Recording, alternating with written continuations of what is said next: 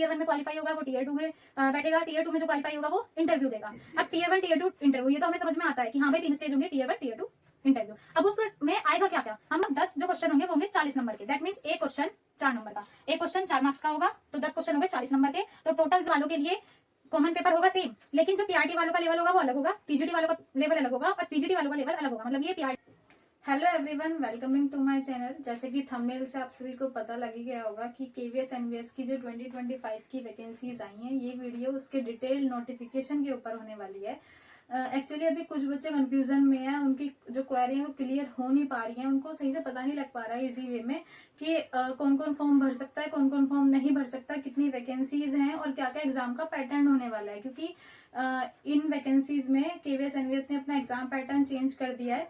तो इस वीडियो में डिटेल नोटिफिकेशन के ऊपर बात करूंगी मैं, साथ में इजी वे में आपको समझाने की कोशिश करूंगी कि कौन कौन बच्चे फॉर्म भर सकते हैं, क्या क्या एग्जाम पैटर्न होने वाला है।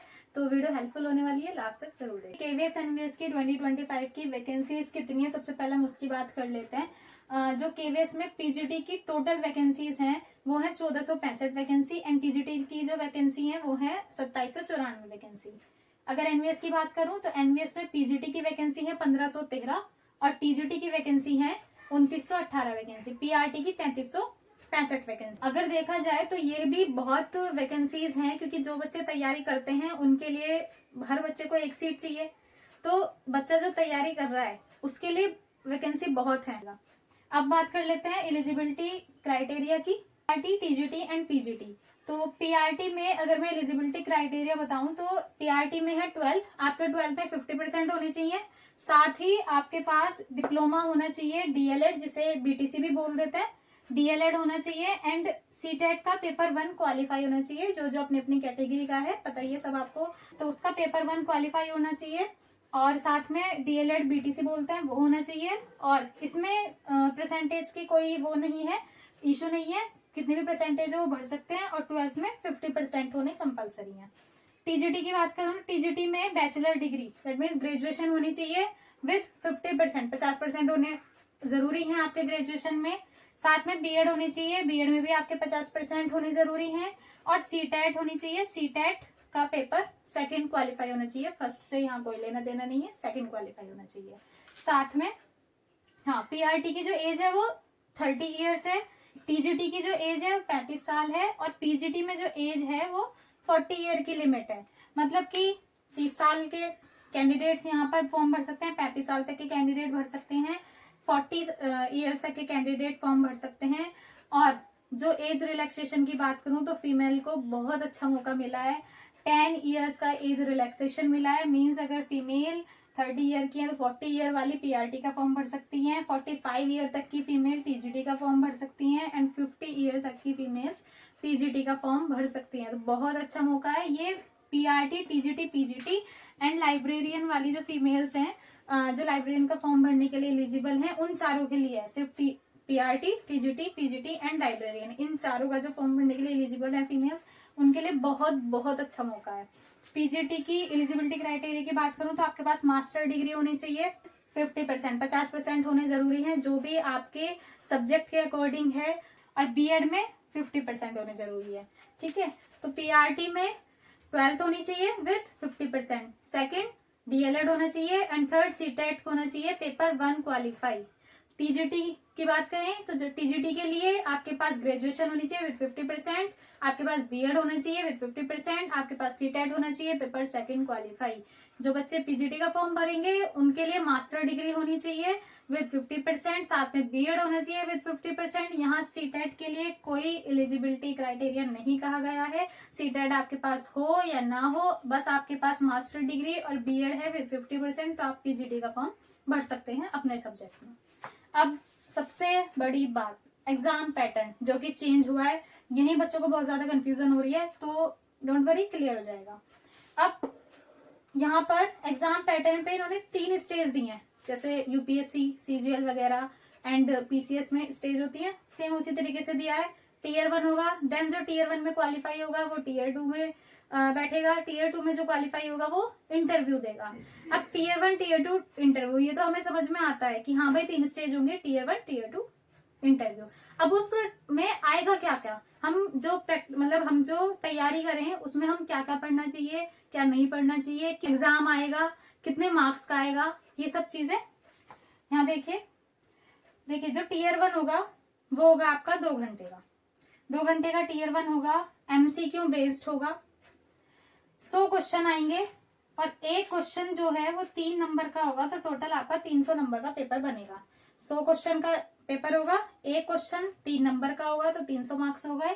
साथ में 2 घंटे मिलेंगे आपको, एमसीक्यू बेस्ड पेपर होगा, ओएमआर शीट भरनी होगी, निगेटिव मार्किंग होगी 1/3 पे, यानी कि अगर आप 3 क्वेश्चन गलत करोगे तो एक क्वेश्चन के नंबर गए। ठीक है, अब देख लेते हैं कि हमें पढ़ना क्या क्या है। ठीक है भाई, हमें क्वेश्चन पता लग गए, मार्क्स पता लग गए, अब पढ़ना क्या क्या है वो तो पता लगे। पढ़नी है हमें रीजनिंग, जो आती है reasoning, numerical ability means maths पढ़नी है, कंप्यूटर आएगी इसमें 20 नंबर की, कंप्यूटर भी पढ़नी है, जीएस पढ़नी है 20 नंबर की आएगी, इंग्लिश पढ़नी है 10 नंबर की आएगी, English language and other language. अभी अदर लैंग्वेज क्या है? अदर लैंग्वेज है जैसे कि हिंदी ले सकते हो आप, उर्दू ले सकते हो, पंजाबी ले सकते हो। अदर लैंग्वेज का मतलब यह है जो जिस लैंग्वेज को भरना चाहता है वो उस लैंग्वेज को पढ़ सकता है, उसमें 10 नंबर के आपका सेक्शन आएगा। यानी कि रीजनिंग आपकी 20 नंबर की आएगी, मैथ्स आपकी 20 नंबर की आएगी, कंप्यूटर 20 नंबर का आएगा, जीएस 20 नंबर की आएगी, इंग्लिश 10 नंबर की, एंड जो दूसरी लैंग्वेज चुनोगे, जैसे सपोज आपने हिंदी चुना तो हिंदी आएगी आपकी 10 नंबर की। मतलब कट ऑफ हमने क्लियर कर दी, तो देन हम टीयर 2 में अपीयर होंगे। अब टीयर 2 में क्या क्या है? टीयर 2 में हमारा 2.5 घंटे का पेपर होगा, 2.5 घंटे का हमारा पेपर होने वाला है। साथ में कितने क्वेश्चन आएंगे? 70 क्वेश्चन आएंगे।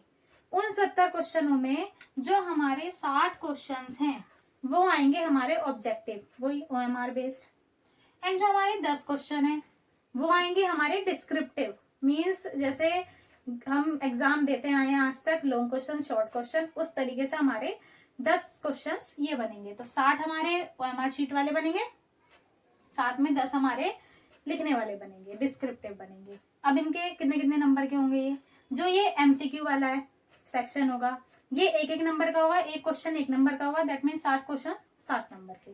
इसमें आपकी निगेटिव मार्किंग भी होगी, 1/4 की यहाँ पे निगेटिव है।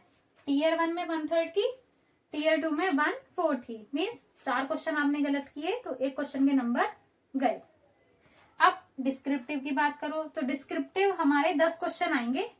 ठीक है, उसमें आप रिटर्न फॉर्म में उसका आंसर दोगे, और वो जो होगा 10 जो क्वेश्चन होंगे वो होंगे 40 नंबर के, दैट मीन्स एक क्वेश्चन 4 नंबर का, एक क्वेश्चन 4 मार्क्स का होगा, तो 10 क्वेश्चन हो गए 40 नंबर के, तो टोटल जो मार्क्स बैठेंगे वो आएंगे 100 नंबर।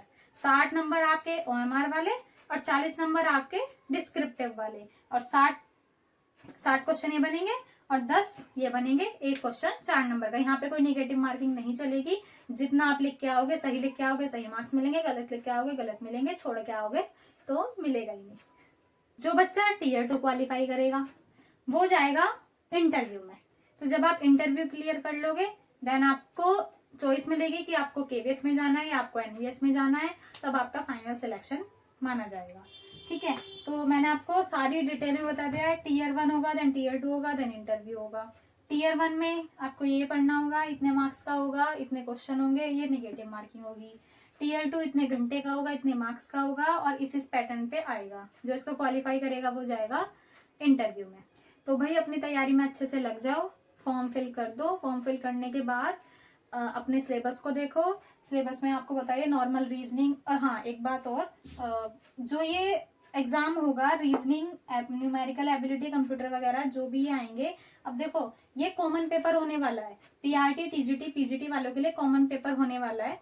तो जब ये कॉमन पेपर होगा तो ऐसा तो है नहीं कि भाई पीजीटी वाला बच्चा भी पीआरटी लेवल का पेपर दे रहा होगा, बिल्कुल भी नहीं। उसके लिए तो ये बहुत आसान चीज होगी। तो ये पेपर को इस पैटर्न पे बनाएंगे कि पीआरटी वालों के लिए कॉमन पेपर होगा सेम, लेकिन जो पीआरटी वालों का लेवल होगा वो अलग होगा, टीजीटी वालों का लेवल अलग होगा, और पीजीटी वालों का लेवल अलग होगा। मतलब ये पीआरटी वालों के लिए एक अलग पेपर बनाएंगे, टीजीटी वालों के लिए अलग पेपर बनाएंगे, पीजीटी वालों के लिए अलग पेपर बनाएंगे।